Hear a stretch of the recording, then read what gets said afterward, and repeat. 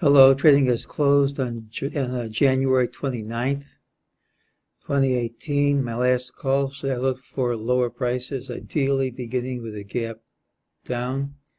This was the target. It printed, served as support and resistance.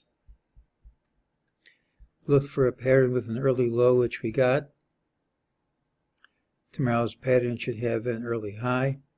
The vast majority of times it tends to rally throughout the day, close near its high.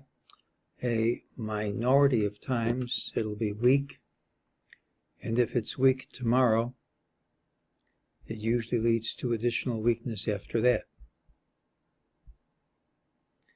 MEJT early on said ultimately both higher and lower prices would print.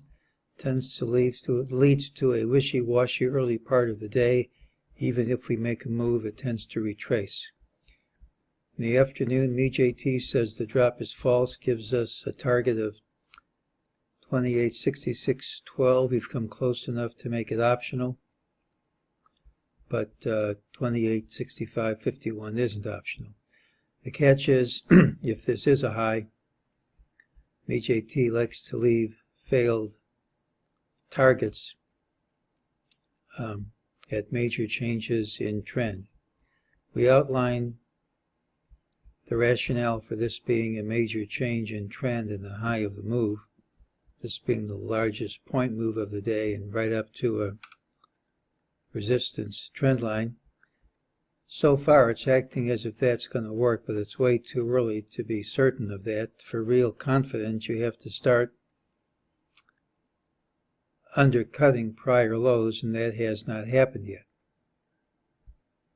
There have been some other candidates that looked pretty good and they didn't work. Usually, tomorrow's pattern has a bias, and so it really would be negative if we started out by dropping sharply and kept dropping sharply all day long.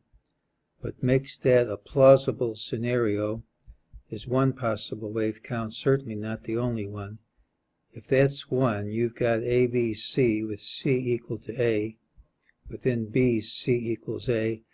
If that's the count, we could start a big third wave down. By no means is that forced, but if it happens, it increases the odds, which are already pretty reasonable, that this high is going to hold. So tomorrow's pattern tends to be positive. We have higher targets, but they might fail, and if they fail, they should fail pretty big.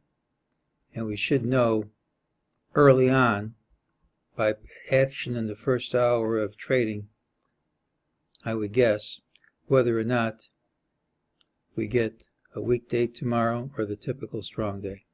And that's today's call.